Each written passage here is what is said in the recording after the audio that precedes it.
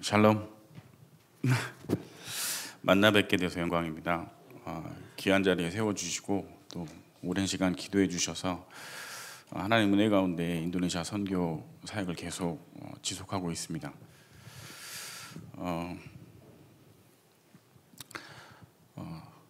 제가 좀 성격이 이렇게 나서는 성격이 아니라서 지금 내려오면서도 기도를 많이 하고 오늘 오면서도 기도를 많이 하고 그러고 왔는데요. 아직도 이게 마음이 잘 이렇게 가라앉지가 않아요. 왜 그러냐면 어제 내려오면서도 좀 준비를 많이 하고 내려왔는데 계속 교통사고 나 있고 뭐 예정보다 좀 늦게 출발하고 하루 종일 어제도 식사를 한 끼도 못 먹고 내려왔는데 또 정재 목사님께서 좋은 거 선교사는 좋은 거 먹어야 된다고 식사를 대접해 주셨는데 그걸 계속 설사를 하고 아침부터 잠을 한 잠도 못 자고 있는데 또 그 오전 예배 오지 말라고 하시더라고요. 그래서 목사님이 교회로 오지 말라고 하니까 안 갔는데 또 목사님 메시지 중에 아마 지금 영상으로 예배를 드리고 있을 거라고 만약에 제가 예배를 안 드렸다면 영상 안 켜놓고 있었다면 어땠을까 또 생각하니까 또 마음이 또 그렇고 또 오면서 또 포럼도 하시고 하는 것들을 제가 다 듣고 왔거든요. 그래서 참 감사한데 좀 선한 부담감이 좀 있습니다. 제가 이 자리에서 이렇게 많은 것을 전달하고 이렇게 가야 되는데 이 귀한 자리에서 제가 다른 소리를 하고 가면 시간도 아깝고 이런 귀한 자리가 혹시 의미를 잃어버릴까 봐 그래서 기도를 하고 이 자리에 섰습니다. 말씀 한 구절만 읽겠습니다. 여호수아서 1장 1절에서 9절까지 말씀입니다. 여호수아서 1장 1절에서 9절까지 말씀입니다. 제가 가진 성경은 319페이지에 있습니다. 이 말씀을 교독하겠습니다. 제가 먼저 읽겠습니다. 여호와의 종 모세가 죽은 후에 여호와께서 모세의 수종자 눈의 아들 여호수아에게 말씀하여 이르시되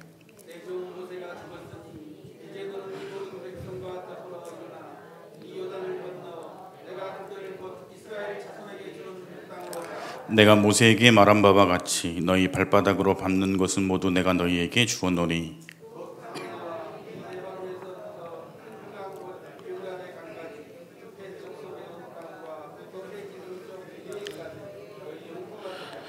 내 평생에 너를 능히 대적할 자가 없으리니 내가 모세와 함께 있었던 것 같이 너와 함께 있을 것임이니라. 내가 너를 떠나지 아니하며 버리지 아니하리니.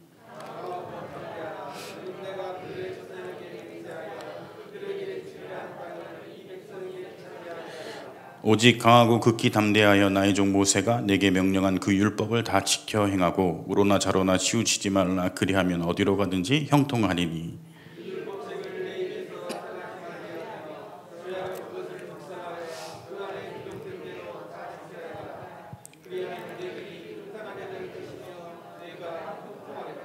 같이 읽으시겠습니다. 내가 내게 명령한 것이 아니냐. 강하고 담대하라. 두려워하지 말며 놀라지 말라. 네가 어디로 가든지 내 하나님 여호와가 너와 함께 하느니라 하시니라. 아멘. 인도네시아는 공식적인 인구는 2억 7천만 명이고요. 그리고 비공식적으로는 3억 인구가 있다고 이렇게 말을 하고 있고요. 전 세계에서 무슬림이 제일 많이 살고 있는 나라입니다.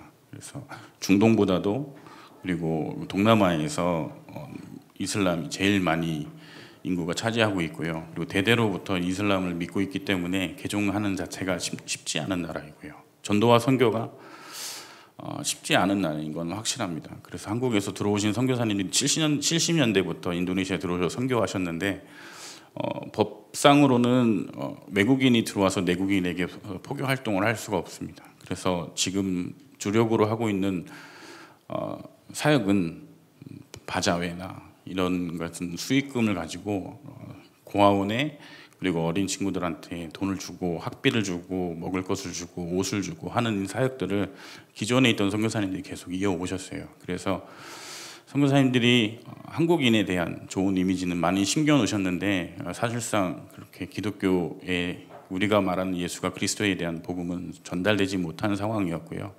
제가 들어갔을 때 현지인 목사님들이 생을 걸고 목회를 하고 계시고 교회를 지키고 계셨는데, 그분들이 저희 전도학교를 참석하시면서 많이 은혜를 받으셨던 건 뭐냐면, 무슬림들은 코란이라는 책을 경전을 달달달 외우거든요. 그렇게 해야 천국에 가기 때문에 그들은 살아서 구원이 없고 죽어서 심판을 받고 거기서 지옥과 천국이 나뉘기 때문에 살아서 율법을 지켜야 됩니다. 그래서 열심히 꾸란을 외우는데, 목사님들도 거의 대부분 신학교에서 가르치는 게 성경을 달달달 외우는 거예요. 그래서 그분들이 성경에 대해서 굉장히 많이 알고 계시고, 그리고 성경을 많이 외우고 계시고, 그래서 성경책이 필요 없을 정도로 그분들은 선교할 때 굉장히 많은 지식을 전달을 하죠. 근데 그분들이 충격이었던 건 뭐냐면, 이 내가 가지고 있는 지식 가지고 내가 알고 있는 성경을 가지고 전도를 할 수 있다, 이거를 모르셨어요.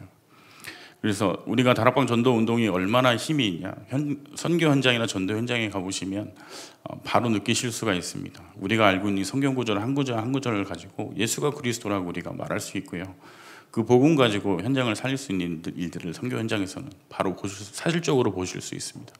그래서 그분들이 모이기 시작해서 전도학교가 세워졌고, 또 그 목회자들 중심으로 전도학교가 생기면서 평신도들 모이고 청년 모이고 그리고 신학생들이 모여서 이렇게 전도학교가 계속 확산되는 상황이었는데, 코로나가 터지면서 정부에서 이동을 막았고, 그리고 무슬림들은 하루에 5번씩 기도를 하거든요. 새벽 4시부터 해 뜰 때부터 해지기까지 그 사이에 시간들을 나눠서 하루에 5번을 기도하는데, 무슬림들은 자기네들이 종교가 그거 법을 만든 사람도 무슬림이고, 그 법을 지키도록 이렇게 지켜보는 사람들도 무슬림들이기 때문에 자기네들 기도 시간은 막지 않지만 타 종교들에게는 엄청나게 강압적으로 교회 종교 시설을 다 폐쇄하고 하는 바람에 전도학교 시설 모든 시스템이 많이 무너졌습니다. 그래서 현지에 있던 목사님들은 어쩔 수 없이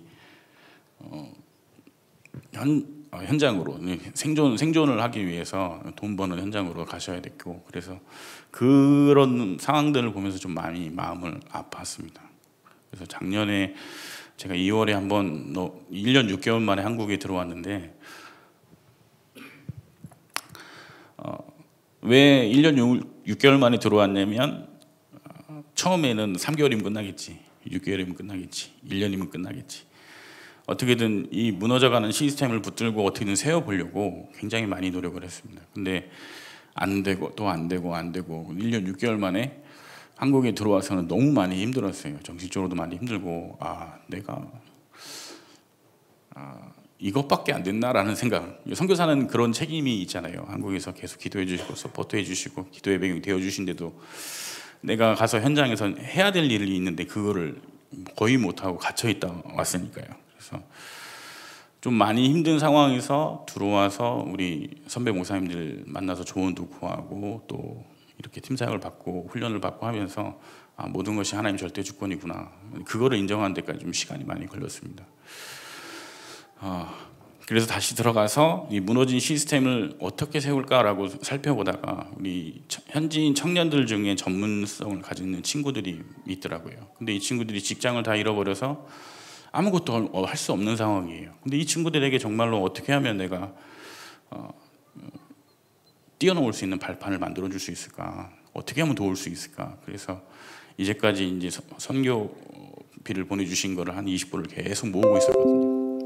모은 거 가지고 이 친구들 중심으로 주식회사 서밋이라는 회사를 법인을 세웠습니다. 그래서 이 친구들이 가지고 있는 전문성 하나하나를 살릴 수 있는 13가지 사업을 노동청하고 투자청, 인도네시아 공무원들을 만나서 계속 트라이를 해서 작년에 법인을 만들고요. 그리고 그 안에서 TCK 청년이 하나 있어요. 4살 때 발리로 들어가서 이 친구는 영어, 한국어, 인도네시아를 하는데 한국어는 잘 못해요. 근데 인도네시아 영어를 현지인처럼 하는 친구가 있어요. 이 친구가 비자가 없어서 계속 힘들어하고 가정 형편이 많이 어려워져서, 근데 그 친구를 회사 대표로 세워주고 그 친구 중심으로 현지인 전문 청년들이 사업을 할 수 있도록, 그래서 법인을 세워주고 그거를 앞으로 끌고 나갈 수 있는, 그래서 현지인 전문 청년 전문의 청년들을 전도할 수 있는 그런 발판을 만들었습니다. 뭐 하나님이 하셨죠. 너무나도 감사한 건 제가 그 부분에서 너무 주저앉고 아무것도 솔직히 1년 6개월 동안 손을 못 댔거든요. 중요한 현장에 있는데도 불구하고 문제가 오니까 안 보여지더라고요. 그래서 제가 어느 교회 가든지 처음에 가면 항상 하는 메시지가 있는데, 왜냐하면 제 신앙의 바탕이기도 하고 하나님 제게 주신 은혜이기도 하고, 그리고 제가 아까 여기 앉아서도 기도했어요. 하나님, 우리 선배 목사님들이 그런 얘기 하시고, 선교사님 가서 너 고생한 얘기하고 너 힘든 얘기를 해야, 네가 가서 뭐 메시지 해봐야 아무 그 사람 듣지도 않는다. 그래야 좋은 선교사다. 그렇게 말씀하시는데, 근데 제가 하나님 앞에 신앙 양심상 제게 주신 은혜를 전달하고 가는 것이, 그리고 때를 얻든지 못 얻든지 복음을 전하고 가는 것이 맞다고 생각하기 때문에 이 시간 제가 간략하게 인도네시아 선교 보고를 드리면서 제게 주신 은혜를 하나님께 전달하고 갔으면 합니다. 조금 시간이 좀 길어질 수 있는데 괜찮으실까요? 목사님 자유롭게 하라고 하셨는데 제가 목포에 다시 올 수 있을지 몰라가지고, 우리는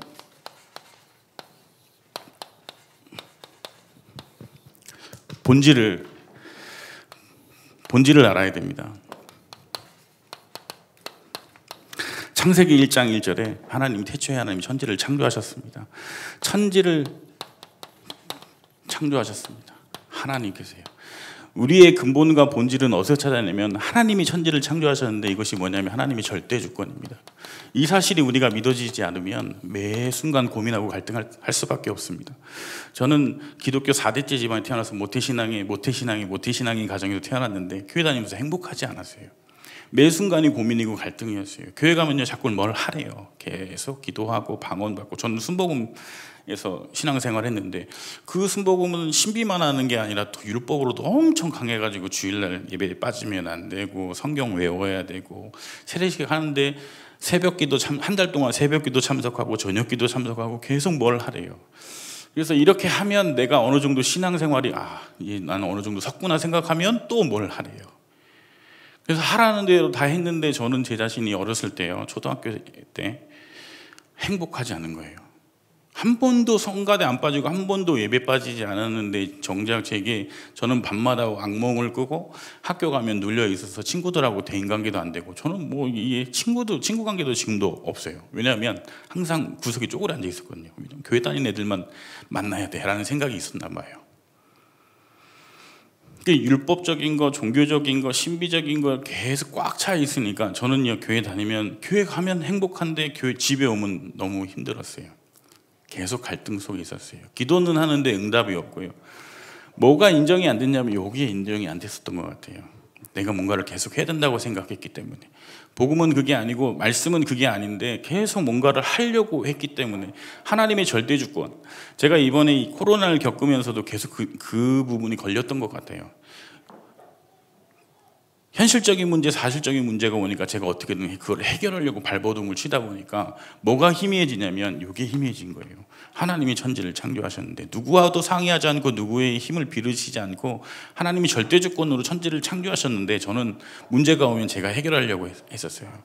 그래서 밖방으로 뛰어다니고 어떻게든 군인들, 경찰들 지키는데 그거 피해가지고 어떻게든 만나서 내가 뭔가를 하려고 했는데 그게 모두 막히니까 제가 주저앉은 거죠. 인정이 안 되니까요.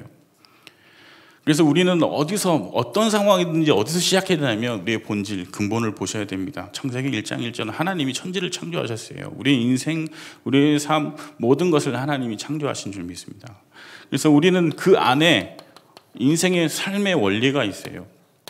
창세기 1장 26절에 하나님 천지를 창조하시고 이 모든 것을 다스릴 남자와 여자, 하나님의 형상대로 남자와 여자를 창조하시길 계획하십니다. 1장 27절에 그 계획하신 것을 하나님이 말씀 있는 그 약속 계획하신 대로 성취하십니다. 그 1장 28절에 그 성취되어진, 창조되어진 인간에게 복을 주셔서 그 모든 것을 생육하고 번성해 땅이 충만한 모든 것들을 할 수 있는 힘을 공급하십니다. 감당케 하시는 거죠. 하나님은 항상 이 원리 속에서 계획하시고 성취하시고 이를 감당할 수 있는 힘을 공급하시는데 말씀으로요. 그런데 이 사실을 모르면 우리는 계속 흔들리는 거죠. 그래서 우리는 뭘 누려야 되냐? 이 사실을 누려야 되는 겁니다. 말씀을 계속 듣는데 그 말씀이 내 인생의 기준이 되지 못하고 그 말씀이 내게 사실적으로 와닿지 않으면요, 누리지 못하면 어떻게 되냐면 눌리는 거죠. 왜 눌리냐? 다른 이유가 아닙니다.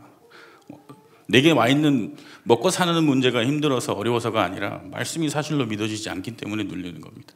왜 교회에 와서 계속 눈치 보고 힘드냐? 왜 예배가 안 되냐? 말씀이 내게로 하나님의 말씀으로 들리지 않고 사실적으로 와닿지 않으니까 눌리는 겁니다. 제가 그랬어요. 그래서 저희 집은 어떤 집이었냐면 제사라는 것을 몰라요. 그래서 태어날 때부터 저희는 제사라는 거 없기 때문에 저희 아버지가 나름대로 서울에서 자수성가 사업 가셨는데 저희는 설날 추석이 되면 어디로 갔냐면 그 최자실 기념 금식기도원, 모든 사람이 제사로 가니까 우리는 민족과 나라를 위해서 금식하러 간다. 저희는 그래서 설날이고 추석이면 죽는 날이에요. 쫄쫄이 굶는 거예요. 저희는 기도해야 되거든요. 나라를 위해서, 민족을 위해서. 왜냐면 귀신이 판을 치니까요. 그렇게 저희 아버지가 그러셨어요. 가르쳐 주셨어요. 그래서 저희는 제 동생이랑 둘이 달력이 나오면 보는 거예요. 야, 설날이 며칠이야? 추석이 며칠이야? 이 설날이 연휴가 5일이면 좋으시잖아요. 저희는 죽는 날이에요. 5일 동안 굶어야 돼요. 쫄쫄이 굶어야 돼요. 저희는. 그러니까 그렇게 신앙생활을 배웠기 때문에 말씀이 사실로 전 믿어지지 않았고 그 말씀이 정말로 능력이 있다? 이게 저는 몰랐어요. 왜냐하면 내가 뭔가를 해야 되기 때문에요. 말씀도 주셨는데 그 말씀을 가지고도 내가 뭔가를 해야 된다고 생각하니까 누리지 못하고 계속 눌려 있는 거죠. 그러니까 학교 가니까 힘이 없어요. 애들 만나서 전도하라는데 전도가 안 되죠. 그러니까 밤에는 계속 가위 눌리는 거예요. 전 초등학교, 창피한 얘기지만 혹시 이거 메시지 올리실 거예요? 그럼 제가 초등학교 5학년까지 오줌을 쌌어요. 자다가 가위를 눌리는데 못 움직이겠는 거예요. 처음에는 귀신이 쫓아오고 동물이 쫓아오고 계속해서 괴롭히고 도망가는데 저는 계속 제자리고 몸은 움직이지 않고 목소리는 안 나고 땀을 뻘뻘 흘리죠. 그거를 계속 반복하니까 교회는 다니는데 답이 없으니까요. 이게 어디서 왔는지 어떻게 해결해야 되는지 저한테 답이 없는 거예요. 그게 나중에 어떤 상황까지 가냐면 이 가위를 계속 눌리면요, 나중에는 집채만한 이불이 촥 내려와서 저를 꽉 눌러요. 근데 그 눌리는 느낌이 너무 좋아요. 포근한 거예요. 그래서 친구들끼리 그런 얘기 했어요. 야, 오늘 가위 눌려라. 그게 귀신의 역사인지 모르고 악무인지 모르고 영적 사실을 모르니까요. 교회를 오래 다녔지만 성경을 잘 알고 있지만 그게 내 삶 속에서 누려지지 않으니까 그냥 눌리는 것 자체를 그냥 즐기고 그냥 사는 거였어요.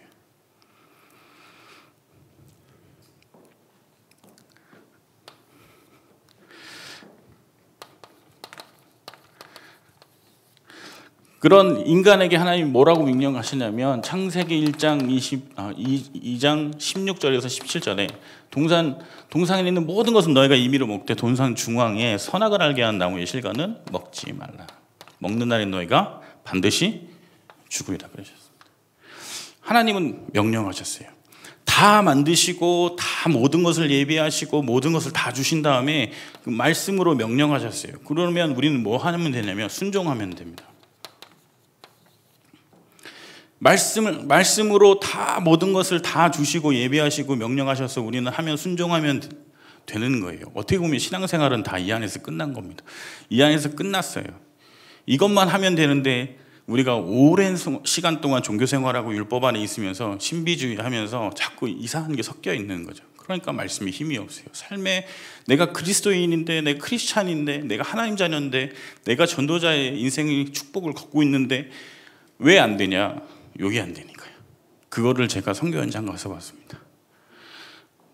안 되는 그 막다른 골목에 부딪혀 보니까 제가 안에 있는 그게 다 나오더라고요. 끊어지지 않았던 그거, 종교생활 했던 거, 율법적인 거. 왜요? 무슬림들 하루에 5번씩 계속 기도하는데 그럼 나도 5번씩 해야 되나? 그런 갈등 오는 거예요. 그 어느 순간은 밤에는요, 내가 얘네들을 어떻게 이겨?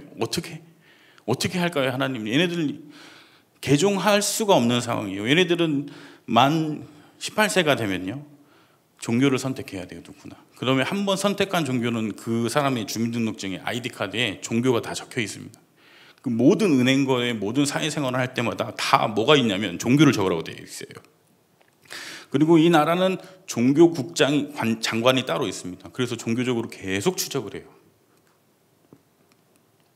제가 하는 것도 지금 제가 처음에 들어갔을 때 힘들었던 게 비자 문제였거든요. 외국인이 들어오면 이 사람이 어디서 이동하는지 무엇을 하는지 티는 안 내는데 다 추적하고 있어요. 그럼 나중에 이미그레이션 들어갈 때 야, 너 보니까 계속 여기 돌아다닐 때 너 뭐하러 온 거야?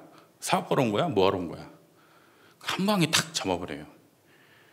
그러니까 외국인이 들어가서 뭔가를 할 수 있는 상황이 힘든 거죠. 인도네시아도 종교적으로도 그렇고 경제적으로도 그렇고 확실한 목적이 없으면 그 이미그레이션에서 다 커트해서 다 돌려보냅니다. 잡혀서 뭐 하냐면 뒤로 끌고 가서 돈을 뜯어내든가, 둘 중에 하나죠. 그래서 지금은 비자 문제를 확실하게 해결했지만 처음에 들어가서 살 때는 너무 힘들었어요. 네. 전도하는 것도 힘들었지만 그 법적으로도 사회적인 법 안에 테두리에서 이 체계 속에서 움직이는 게 굉장히 많이 힘들었습니다. 그러니까 계속 낙심이 오는 거예요. 힘든 거예요. 왜 힘드냐면 안 되니까요. 계속 넘어야 할 게 너무 많은 거예요. 문화적인 것도 그렇고 언어적인 것도 계속 배운다지만 그 하나를 하면 또 하나가 또 생겨나고 그 하나를 하면 또 하나가 생겨나고. 근데 답은 여기 있습니다. 여러분도 마찬가지로 아까도 기도하셨지만 목포에 13만 명의 인구를 위해서 기도하고 계시잖아요. 저는 인도네시아의 선교사로, 여러분들은 목포로 보낸 하나님의 선교사로 현실적인 문제가 계속 다가오지만 우리는 어디로 돌아가셔야 되냐면 근본과 본질로 돌아가셔야 됩니다. 그리고 하나님의 원리가 있습니다. 분명한 하나님은 계획 속에서 우리를 부르신 줄 믿고 반드시 성취하시고 그 일을 감당할 수 있도록 하나님 매 순간순간마다 말씀으로 힘을 공급하시는 줄 믿습니다. 그 안에 있는 우리는 어떻게 하면 되냐면 하나님의 명령에 순종하면 되는 겁니다. 그러면 아무 문제가 없는데,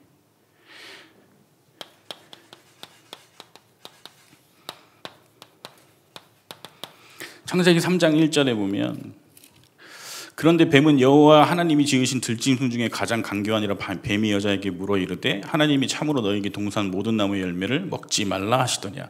하나님의 말씀을 너무나도 잘 알고 있는 뱀이요, 우리가 말하는 마귀가요, 와서 물어봅니다. 말씀을 확실하게 믿고 있는지, 말씀을 사실로 믿고 있는지. 사단이 말씀을 모르고 오지 않아요. 내 상태를 모르고 오지 않아요. 너무나도 정확하게 알고 옵니다. 뭘 가지고요? 하나님 말씀 가지고 오는 거예요. 얼토당토하는 거 가지고 와서 건들지 않아요. 하나님이 참으로 너희에게 동산 모든 나무의 열매를 먹지 말라 하시더냐. 그래서 2절에 보면 여자가 뱀에게 말하되 동산 나무의 열매를 우리가 먹을 수 있으나, 3절에 보면 동산 중앙에 있는 나무의 열매는 하나님 말씀이 너희는 먹지도 말고 만지도 말라 너희가 죽을까 하노라. 죽을까 하노라라고 대답합니다. 하나님의 말씀을 정확하게 알고 찾아온 뱀이 여자에게 물었어요. 하나님이 정말 먹지 말라고 했냐? 그런데 여자는 뭐라고 얘기했냐면 아마 제 생각에는 그래요. 너무 제대로 정확하게 대답하고 싶었겠죠. 그랬더니 뭐라고 얘기하냐면 죽을까 하노라라고 의심했지만 그 이전에 너희는 먹지도 말고 만지도 말라 너희가 죽을까 하노라. 하나님은 먹지 말라 말씀하셨는데 거기다가 자기 생각을 섞은 거죠. 확신이 없는 고백에 의심이 든 거죠.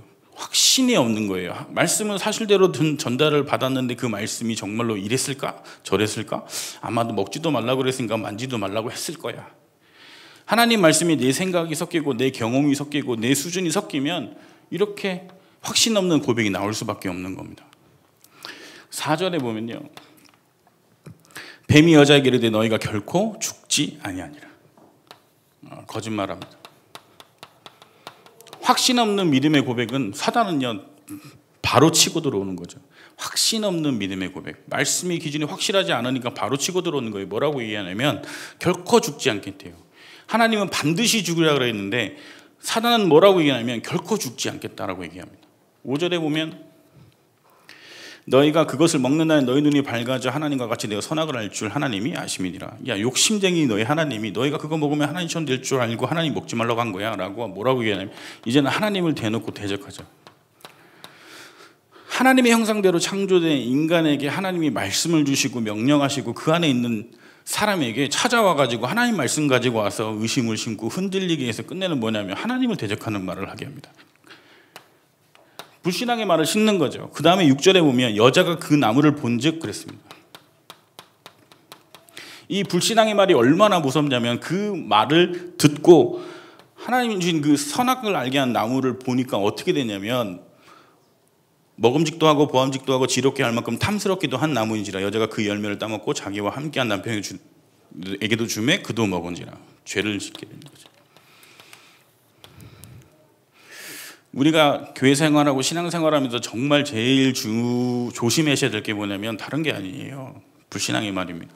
하나님 말씀이 아닌 다른 불신앙적인 말, 합리적인 말, 이성적인 말, 합당한 말은 정말 조심하셔야 됩니다. 사람에게서 나오는 것은 선한 것이 없어요. 우리의 기준이 확실하게 하나님 말씀에서 하나님 말씀을 전달하는 그 사명을 감당하셔야 될 줄이 있습니다. 교회가요 정말 말이 너무 많이 돌잖아요.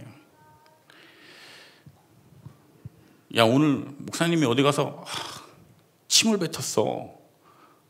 은혜가 안 돼. 근데 이 말이요 순식간에 돌아가요. 분명히 강단에서 예수가 그리스도요 라고 말했는데도 그 말은 다 까먹고요. 야 오늘 강단에 내가 목사님 침을 뱉었어. 그 얘기는 순식간에 돌아요. 그러면서 나중에 볼 때마다 계속 뭐냐면 침 뱉은 목사님으로 생각하는 거예요. 복음 전하는 목사님이 아니라 침 뱉은 목사님. 그렇게 한번 씌우면 어떻게 되냐면 계속 여기를 반복하는 거죠. 듣고 보니까 계속 어떻게 됐냐면 하나님의 기준, 본질, 원리, 하나님의 명령은 없어지고요. 자꾸 내 기준으로 보게 되는 거예요. 우리가 창세기 3장만 제대로 봐도 우리는 신앙생활에 흔들릴 일이 없습니다. 근데 우리가 왜 흔들리냐? 말씀의 기준이 바로 없으니까 흔들리는 거예요. 저도 인도네시아도 마찬가지입니다. 인도네시아 지금도 복음 전하는 목사님들이 핍박받고 있어요. 그 기독교인들이 사는 부락이 있는데 그 안에 들어가서 무슬림들이 들어가서 다 목을 쳐서 죽였어요. 잔인한 건 뭔지 알아요? 다 끊지 않아요. 다 여기 그 피가 흐르는 대동맥을 끊어버려요. 그리고 피를 쏟게 만들어요. 그래서 피가 부정하기 때문에 피를 완전히 쏟을 때까지 살아있는 상태로 죽이는 거예요. 그거를 사진을 찍어서 뉴스에 나왔어요. 그런데 그거를 잡는 경찰도 그들 제재하잖아요. 왜냐하면 코란에 그렇게 돼 있어요. 크리스찬, 이방인은 개, 돼지 취급을 하는 거예요. 그래서 그들이 말하는 할랄은 뭐냐면 알라는 위대하다 하고 목을 쳐가지고 부정한 피를 쏟아내서 죽이는 거예요. 그러니까 그게 뭐든 어떻게 보면 뭐 그 복원적으로 청결하다 이렇게 얘기하지만 그건 아니에요. 가장 동물, 짐승을 고통스럽게 죽이는 겁니다. 근데 알라를 믿지 않는 이슬람을 믿지 않는 그 많은 이방인들은 다 그렇게 죽이는 거예요. 그래서 목을 자르는 이유가 있어요. 부정한 피를 쏟아내서 죽게 하는 겁니다. 저도 그 얘기를 보고 들었어요. 가서 현장을 보니까 다 그런 놈들처럼 보이는 거예요. 저도 속에 무슨 생각이 들면 하나님이 이 땅에 가서 제가 쟤네들한테 복음 전하는 게 맞습니까? 화도 나고 두렵기도 하고. 우리가 현장에 가면 그렇잖아요. 저 무당집은 너무 용해가지고 안 된대요. 3개월 된 신받은 지 3개월밖에 안 되는 무당들 원래 용하다고 하잖아요. 그 얘기 듣고 그 무당집에 가면 말도 못하고 쫓겨나는 거예요. 제가 어렸을 때 저는 출신이 전주거든요. 그 완산동에 가면 무당집이 엄청 많았습니다. 근데 저는 그 복음을 듣고 너무 뜨거운 마음에 가서 우리 무당들 전도하러 가자고 친구랑 손잡고 갔는데 그 얘기를 듣고 가서 보니까 말을 못하겠는 거예요. 달달달달. 그러니까 어떻게 해요? 무당이 바로 그냥 물잔 던져버리고 꺼지라고 막 이래요. 어디 와서 니 행패냐고 지금 장사인데 가서 소금 뿌리고 그 뒤로는 계속요 한 번 하게 보니까 계속 말씀이 없어요. 두려움이 있어요. 근데 저희 현장에 가서도 똑같은 거예요. 안 된다고 하니까 죽는다고 하니까 그럴 때 우리는 어디로 하셔야 되냐면 본질로 돌아오셔야 됩니다. 본질로 돌아오지 않으면 계속 이 안에서 또 헤매는 거예요. 사단은 계속 거짓말할 거고요. 하나님 말씀에 대적하는 계속 불신앙을 심을 거고요. 그것 가지고 또 내 현장을 보고 내 가정을 보고 우리 교회를 보고 내 삶을 보니까 나는 안 되겠네. 주저앉히는 거죠. 그게 제가 1년 6개월 동안 그 상태였던 거예요. 세상 사람들이 다 이런 문제를 가지고 어떻게 해요? 어떤 결과가 있냐면 영적 문제에 오게 된 거죠. 하나님을 떠났습니다. 그래서 우상 숭배를 시작하게 됐습니다. 하나님의 형상대로 창조된 인간이, 하나님을 의지하게 만들어진 창조된 인간이 하나님을 떠났기 때문에 계속 뭔가를 의지할 걸 찾는 거예요. 그래서 하늘 보고 절하고, 땅을 보고 절하고, 바다 보고 절하고, 나무 보고 절하고, 돌을 보고 절하고, 그래서 계속 뭔가를 의지하고 했는데 응답이 없어요. 우상 숭배는 응답이 없어요. 그래서 계속 마음에 뭐가 쌓이죠? 불만이 쌓이고 평안함이 없고, 행복하지 않으니까 어떻게 해요? 정신적으로 스트레스를 받을 수밖에 없습니다. 정신 문제에 오는 거예요. 그래서 시작되는 게 뭐냐면, 불안함과 평안함이 없을 때 오는 문제가 우울증이에요. 잠을 못 자는 거죠. 노이로제 올 수밖에 없어요. 그래서 우울증이 심해지면 조울증 오는 거고요. 감정을 컨트롤할 수가 없어요. 조울증 오면 어떻게 되죠? 공황장애 올 수밖에 없습니다. 삶의 밸런스가 깨져버리는 거예요. 저희 예전에 제가 한 8년 동안 한국에서 개척 목회를 했었는데, 저희 청년 중에 공황장애 있는 친구가 있어요. 근데 이 친구가 한번 공황이 오면요, 이틀 3일을 끙끙 앓으면서 누워 있어요. 한여름에도 솜니부를 덮고 있어요. 근데 왜 그러냐면, 자기가 분명히 집안에 솜니부를 덮고 누워 있는데도 불구하고 바깥에서 자꾸 자기를 비웃는 소리가 들리는데요. 너무 막 몸이 어떻게 보면 컨트롤할 수 없는 상황으로, 삶이 깨지는 거예요. 직장도 못 나가고 친구들도 못 만나고 사람 관계 안 되는 거예요. 공황장애가 오면 삶의 밸런스가 깨집니다. 그래서 이 상황이 계속 오면 어떻게 되냐면 분열 증세가 오는 거죠. 이건 뭐냐면 정신이 조각조각 깨지는 겁니다. 그러니까 기억이 이어지지가 않아요. 순간순간 내 기분대로 움직이고, 끝내는 조각조각 움직이니까 삶도 깨져버리는 거죠. 정신 문제 계속 실리다 보면 육신 문제에 올 수밖에 없는데, 저는 뭘로 보냐면 중독으로 봅니다. 정신적으로 계속 시달리다 보니까 이거를 해결할 수 있는 뭔가를 찾습니다. 뭘 찾죠? 더 자극적인 거. 그러니까 마시는 거고, 주사 맞는 거고, 약을 먹는 거예요. 세상적으로 더 쾌락적인 걸 찾는 겁니다. 그렇게 해야 이거를 잊을 수 있으니까요. 정신적으로 스트레스를 잊기 위해서 뭔가를 물리적인 거를 계속 하는 거예요. 육신적으로 문제 온 걸 보면 대표적인 건 암도 있고 에이즈도 있고, 에이즈 같은 경우는 아프리카에 있는 부족들이 계속 전쟁을 하면서 어떻게 되냐면 그 남자들이 동물하고 수간을 하게 되죠. 수간을 하는 관계에서 거기서 생겨난 바이러스가 에이즈입니다. 그러니까 하나님이 남자와 여자를 창조하시고 남자와 여자 안에서 계속 생육하고 번성하라 그랬는데, 그 말씀을 깨트리고 하게 되면 나타나는 게 육신의 문제입니다. 근데 하나님 떠난 인간은 이 안에서 살 수밖에 없어요. 계속해서 이 문제 안에서 살 수밖에 없는 겁니다. 그래 평생을 자기만 고통받다가 죽으면 상관없죠. 이 인간은 어떻게 해요? 지옥으로 떨어지고요. 그리고 나머지 남아있는 후대는요,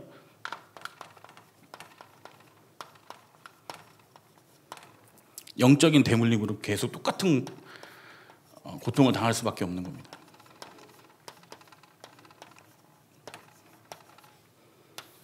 이거를 우리는 운명이라고 합니다.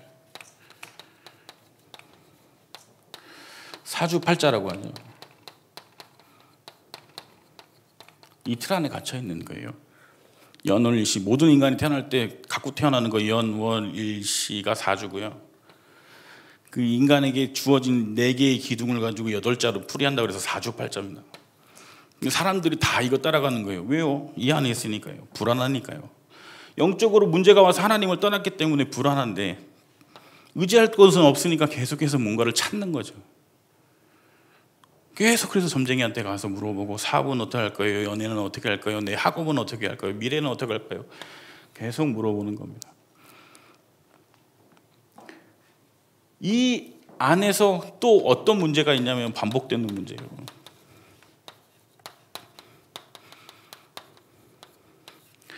의식주,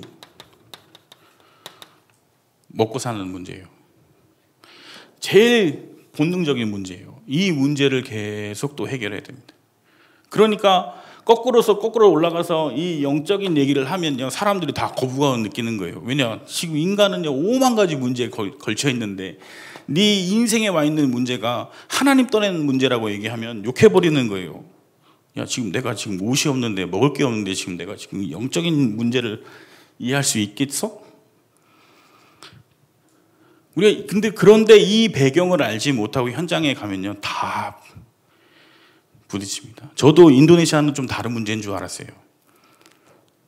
가서 뭔가를 해야 되겠다고 생각했을 때, 처음에 갔을 때요, 인도네시아 좀 다르겠지라고 생각했어요. 그런데 거기도 사람 사는 지역이고 현장이고 다 이 안에 갇혀 있습니다. 불신자 6가지 상태, 하나님 떠난 문제예요. 제가 처음 가서 한 게 뭐냐면, 동네 저희 아파트, 서민들이 사는 아파트에 제가 원룸에서 살았는데 그 1층에 보면 부동산이 있어요. 부동산에 매일 놀러 가세요. 언어도 빨리 배워야 되고 얘기를 해야 되니까. 그런데 그 부동산 아주머니가 젊은 아줌마인데 과부죠, 과부. 저보다 나이가 좀 어린데 제가 처음에는 제가 좀 한국 사람이 좀 동안이잖아요. 어린 줄 알고 자꾸 저한테 반말을 하더라고요. 그래서 나는 애도 있고 한국에서 온 선교사고 난 나이가 너보다 많다 그랬더니 깜짝 놀라더라고요. 그러면서 그럼 여기서 왜 왔냐, 그래서 나는 이 땅에 진짜 복음 전하고 그리고 청소년들과 청년들에게 미래에 대한 비전을 주고 싶어서 왔다라고 얘기했더니 사실은 자기 크리스찬이래요.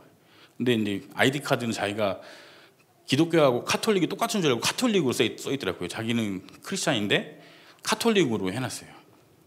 그래서 그 부동산 사장을 계속 만나니까 동네 아줌마들이 모이고 커피 한 잔 마시고 또 제가 가서 밥도 사주고, 그 안에서 모여서 보니까 무슬림도 있고 그 히잡 쓰고 온 아줌마들이 이제는 제가 목사는 걸 알고 나중에 히잡도 벗고 와서 같이 밥도 먹고, 이게 예의상 목사니까 거부감 생길까 봐. 예. 그러면서 애들을 데리고 와서 한국말도 가르쳐 달라고 하고 영어도 가르쳐 달라고 하고, 그래서 그렇게 만남을 가지기 시작했어요. 근데 얘기해 보니까 이 친구들이 하는 문제 다 똑같아요. 목사님이라면, 기독교 목사님들은 손을 얹고 기도도 해준다는데 나를 좀 손을 얹고 기도해 주면 안 되겠냐고 물어보더라고요. 그래서 나는 손을 얹고 기도하지 않는다. 내가 만약에 기도해서 손을 얹고 기도해서 만약에 네가 응답을 받는다면 그거는 네가 느끼기에도 하나님이 하신 게 아니라 내가 한 걸로 믿을 것 같았어. 그러면 난 기도하지 않는다. 내가 너를 위해서 기도해 줄게. 뭘 위해서 기도해 줄까 했더니 돈을 많이 벌고 싶대요. 우왕반약. 우왕반약이에요. 6명이 앉아 있는데 6명 기도 제목이 다 똑같아요. 우왕반약. 그래서 이 얘기를 해줬어요. 야, 근데 니들이 돈을 벌기 전에 먼저 알아야 될 게 뭐냐면, 모든 인간은 다 하나님 떠난 상태에 있기 때문에 이 문제 해결이 안 되면 니들이 돈이 있어도 망하는 거고 돈이 없어도 망하는 거고 너는 그냥 그대로 망하는 건데 더 중요한 거를 해결해 줄 수 있어. 그랬더니 시큰둥해요. 똑같더라고요. 그때 제가 알았죠. 어느 곳에 가든지 현장은 다 똑같구나.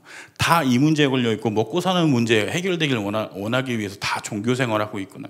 크리스찬인데도 불구하고 이 문제에 걸려 있으면 교회 안 나가구나. 우리가요 제대로 한번 보셔야 됩니다. 이 문제 속에 있는 인간에게 하나님이 뭘 주셨냐면 언약을 주셨습니다. 창세기 3장 15절에 여자의 후손이요. 제가 신앙생활 정말 오래 하면서 이 성경 구절을 정말 많이 읽었거든요. 근데 여자의 후손 어떤 의미일까? 죄 속에 있고 죽었던 우리에게 여자의 후손은 어떤 의미일까? 그래서 영어 성경을 봤는데요. 우리 조영철 목사님 영어 잘하시는데, 여자의 후손이 와서 뱀의 머리를 상하게 할 것이고 너는 여자의 후손의 발꿈치를 상하게 할 것이고. 근데 영어 성경에 보면 뭐라고 있냐면, 여자의 후손이 와서 너의 머리를 상하게 할 것이라는 단어는 크러쉬라는 단어를 썼어요. 크러쉬는 뭐냐면 밟아서 으깨서 가루를 내버리는 거예요. 근데 뱀은 여자의 후손의 발꿈치를 상하게 할 것이라는 단어는 스트라이크라는 단어를 썼어요. NIV 성경에 보면요, 스트라이크라는 단어는 치다는 거거든요. 그러니까 결국은 여자의 후손은 뭐냐면, 하나님이 여자의 후손, 언약된 여자의 후손을 보내서 뱀 너의 머리를 대가리를 부셔버릴 거야. 근데 뱀은 대가리가 없으면 공격할 것이 없거든요. 그 뱀이 발버둥 쳐서 몸통으로 예수님의 발꿈치를 상하게 할 것이래요. 그러면 그거는요 어떤 생명도 해할 수 없어요. 겁은 줄 수 있지만. 그럼 어떻게 보면 마귀는요 우리가 두려워할 대상이 아닙니다. 예수님이 이미 마귀의 대가리를 깨 부시신 줄 믿습니다. 이 사실이 믿어지지 않으면요, 인도네시아에 선교 못해요. 매 순간순간 저도 불안하거든요. 여러분도 마찬가지입니다. 전도 현장에 가시고 선교 현장에 가면 정말 핍박하는 사람, 강박한 사람들 많거든요. 근데 그 사람 안에 역사하는 사단은 이미 공격할 무기가 없는 줄 믿습니다. 근데 그 사실이 믿어지지 않으면 누구나 흔들릴 수밖에 없어요. 창세기 3장 21절에 가죽옷. 아담과 하와가 하나님 앞에 범죄해서 동산에서 피해가지고 제일 먼저 한 일이 뭐냐면 내 수치스러운 내 벌거벗은 모습을 숨기기 위해서 넓적한 무화과 나무 잎을 구해가지고 자기 수치를 가렸어요. 그리고 하나님 낯을 피했어요. 이런 인간에게 하나님은 가죽옷을 준비하셨어요. 무화과 나무 잎은요, 시간이 지나면 말라서 바스러져서 인간은 또 다른 무화과 나무 잎을 찾으러 가야 됩니다. 그게 뭐냐, 맞죠? 반복되는 문제죠. 의식주예요. 수고하고 무거운 짐진 자들아 다 내게로 오라. 내가 너희를 쉬게 하겠다는 말씀은 뭐냐면 너 평생 네 수치를 가리고 너의 피로를 채우기 위해서 너는 계속 수고하고 땀 흘려야 되는데 내가 너와 상관없는 죄 없는 흠 없는 짐승의 피를 흘려서 가죽을 벗겨서 너의 흠을 가려줄게. 고생하지 마. 그게 예수 그리스도의 복음입니다. 이 예수 그리스도의 이름에 얼마나 힘이 있냐면 6장 14절에 방주가 나옵니다. 들어온 자는 무조건 삽니다. 타지 않으면 죽어요. 예수 그리스도 안에 들어오면 살고 들어오지 않으면 죽습니다.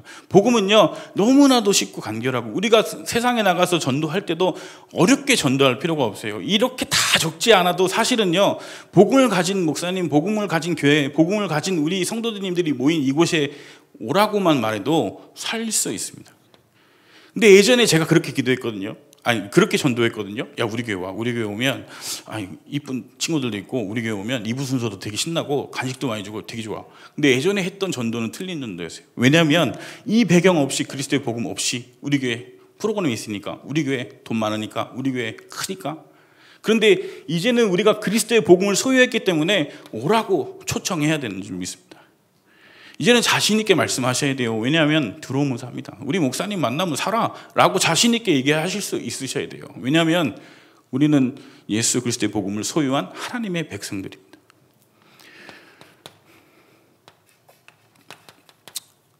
출애굽기 3장 18절 희생제사예요. 우리의 의로, 우리의 열심으로 우리의 죄의 문제, 사단의 문제, 저주의 문제, 죽음의 문제 해결할 수가 없습니다. 민수기 21장 9절이요.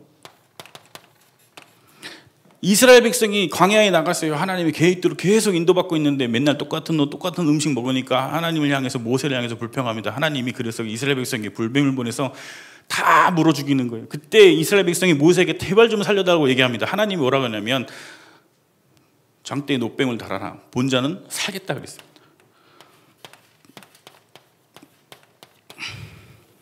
보면 삽니다. 우리가 말씀을 사실로 믿고 그 말씀을 그대로 현장에서 적용시키면 삽니다. 복음 안에 들어오면 살고요. 복음을 보면 살고요. 복음을 들으면 삽니다. 이렇게 하나님이 약속하신 것을 어떻게 해요? 성취하십니다.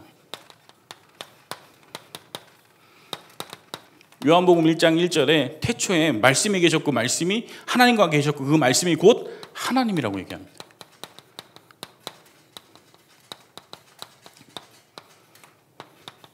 요한복음 1장 12절에 영접하는 자 곧 그 이름을 믿는 자에게 하나님의 자녀가 되는 권세를 주셨다 그랬습니다. 요한복음 1장 14절에 그 말씀이 육신을 입고 이 땅에 왔다 그랬습니다. 그리스도입니다. 예수가 그리스도예요. 그 이름을 믿고 영접하면 하나님의 자녀가 됩니다.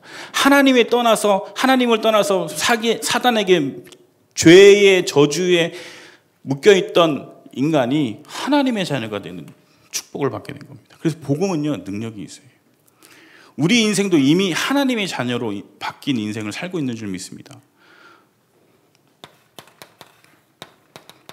요한복음 3장 16절에 하나님이 세상을 이처럼 사랑하사 독생자를 주셨으니 이는 저를 믿는 자마다 멸망치 않고 영생을 얻게 하려 하심이니라. 복음은요, 영생을 얻게 합니다. 요한복음 5장 24절에 죽음에서 생명으로 옮겼다 그랬습니다.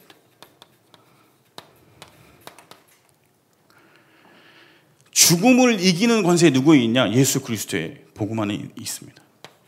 요한복음 8장 32절에 너희가 진리를 알지니 진리가 너희를 자유케 하리라 그랬습니다. 갇혀있던 것, 묶여있던 것, 모든 실패했던 것에서 어떻게 해요? 자유하는 거예요. 예수 그리스도의 복음 안에 있으면 모든 것에서 자유하게 되는 줄 믿습니다. 그 이름을 믿고 그 이름으로 기도하면 내가 시행하겠다 그랬습니다. 응답받는 거예요. 요한복음 19장 31절에 다 이루었다 말씀하셨습니다. 십자가에서요. 6, 7, 8, 9 요한복음 20장 30절입니다. 내가 이것을 기록함은 예수가 하나님의 아들이고 그 이름을 힘입어 생명을 얻게 하려 함이라 그랬습니다. 오직 이 말씀을 기록한 것은 성경은 하나의 사실이에요. 예수가 하나님의 아들이고 그분이 그리스도이고 그 이름을 힘입어서 생명을 얻게 하는 겁니다. 그렇다면 우리는 뭐 해야 되겠습니까? 우리의 방향은 생명 살리는 전도와 선교의 방향 맞춰야 될 줄 믿습니다. 하나님은 이렇게요. 계획하시고 성취하시고 힘을 주시고요. 언약하신 것을 반드시 성취하시는 하나님입니다. 여기까지 얘기하는 게 참 많이 시간이 걸렸는데 사실은 이게 서론이고 이게 전부예요. 저는 이거를 매일 확인합니다. 왜 확인하냐면 이 사실이 제게 확인되지 않으면 어떤 말씀을 들어도 어떤 상황에 가든지 힘이 없어요. 뭔가를 아직도 내가 해야 되겠고 뭔가를 내가 열심히 해야 되는 그런 종교적인 율법적인 거에 계속 갇혀 있거든요.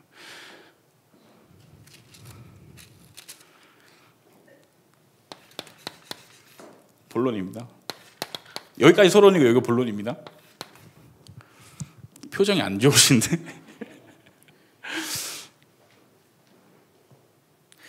여호와의 종 모세가 죽은 후에 여호와께서 모세의 수정자 눈의 아들 여호수아에게 말씀하여 이르시되 그랬습니다.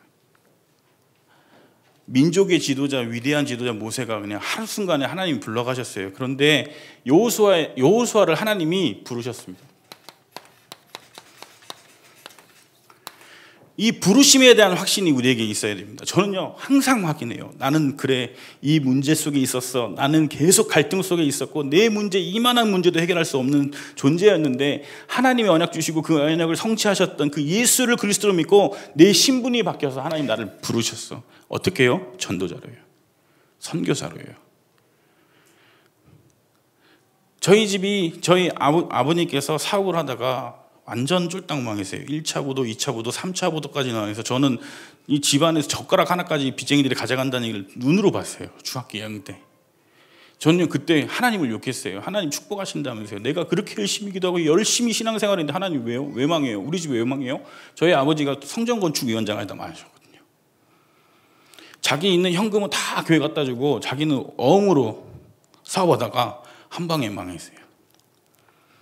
그렇게 망하고 아버지는 서울구치소로 가시고 어머니는 빚쟁이 피해 도망 다니시고 밤마다 저희 집에 빚쟁이 찾아와가지고 야 너네 애매비 어딨냐 돈 내놔라 하는데 제가 뭐 힘이 있어요. 주일날 위로받으려고 교회 갔더니 교회에서는요 저 망한 집 아들 일주일 전까지만 해도 중직자의 아들이었는데 망한 집 아들이 되어버렸어요. 아무 죄도 안 해요. 친구들도 슬슬 피해요. 제가 뭐 내가 잘못한 것도 아닌데 상처가 있어요. 교회에 대한 상처가. 열심히 했는데 왜 나는 하나님이 이렇게 하셨어요. 목사님에 대한 상처가 있어요. 상처가. 왜 우리 아버지가 그렇게 열심히 했는데 그렇게 한순간에 버려요. 이게 이해가 안 됐어요. 이 배경이 이해가 안 됐고 복음의 가치가 복음의 힘이 복음의 이유가 발견이 안 되니까요. 모든 게 원망됐어요. 그때부터 그래서 제가 5년을요 계속 뭐 했냐면 성경에서 하지 말라는 거 제가 똑똑한 머리로 성경에서 하지 말라는 걸 다 했어요.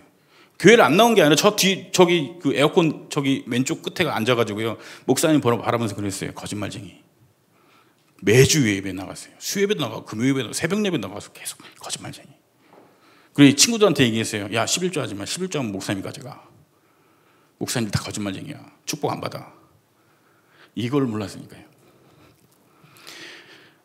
지식적으로만 있었고 그것이 말씀이 하나님 말씀이 힘이 없으니까요. 어떻게 되면 사람이 완전 삐뚤어지는데요. 정말 못된 신앙이에요. 모태 신앙이 아니라 못된 신앙이에요. 저는 분명히 이 교회 다니는데 신학교 갈 때도요. 목사님한테 가서 추천서 받아야 하잖아요. 다른 기존 교단 합동측 목사님한테 추천서 받아가지고 총신 갔다니까요. 쉬워가지고. 목사님도 나를 안 믿어? 그럼 나도 당신 안 믿어? 그럼 나는 합동측 목사님한테 가서 신학교 좀 가기 도장집 찍어주세요. 그래서 거기 찍고 교회는 또 여기 나와요. 목사님이 너 신학교 갔냐? 네, 갔습니다. 총신이요. 2000년에 새로 생겼을 때 제가 들어갔거든요. 왜요? 복수하려고요.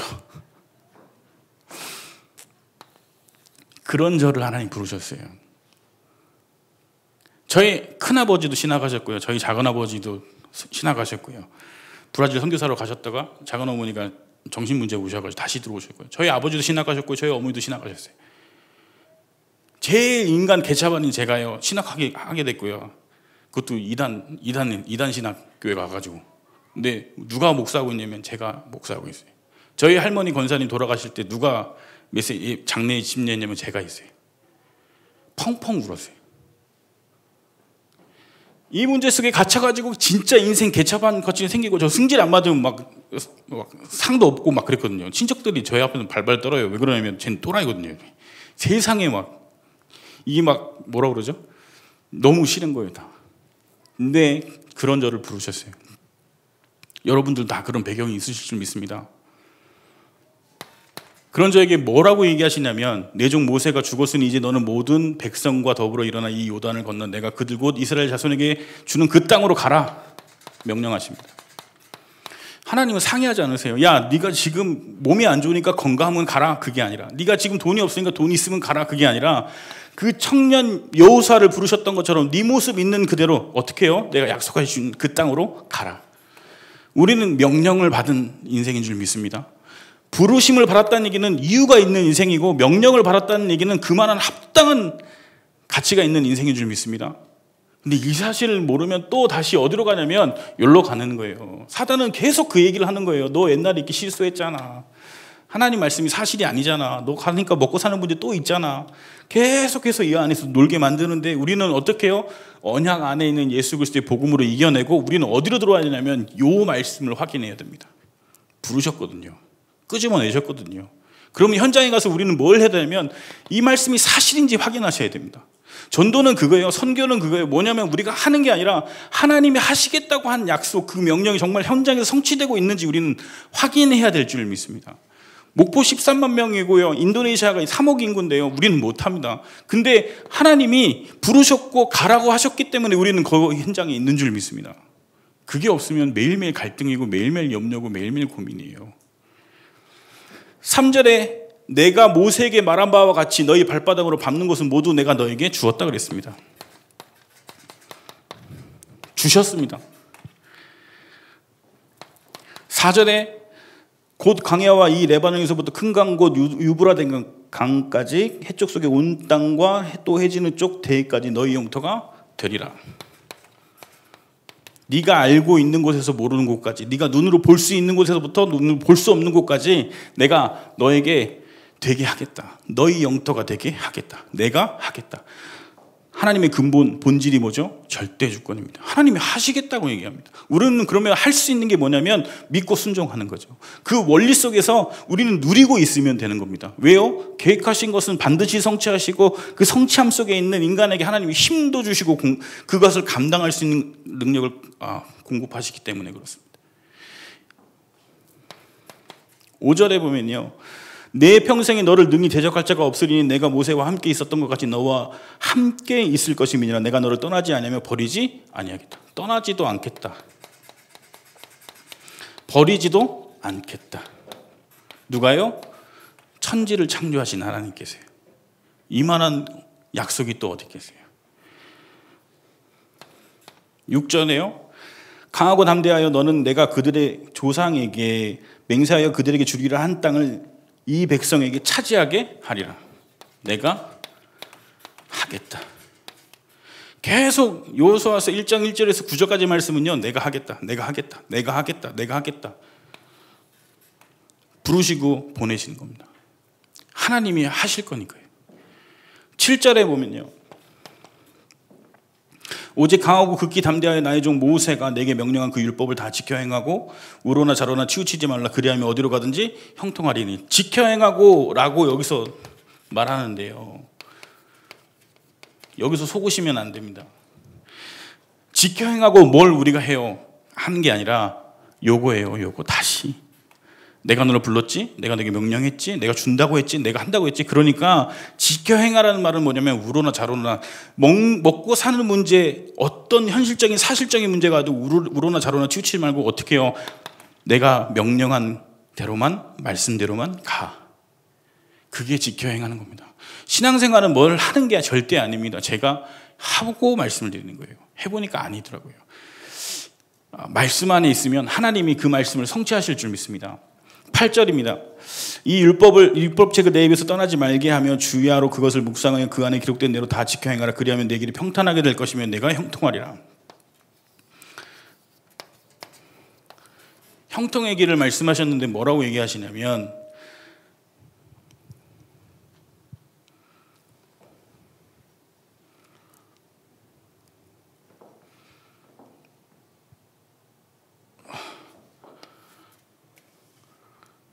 뭐 8절에 예, 말씀 안에 있으라고 얘기합니다.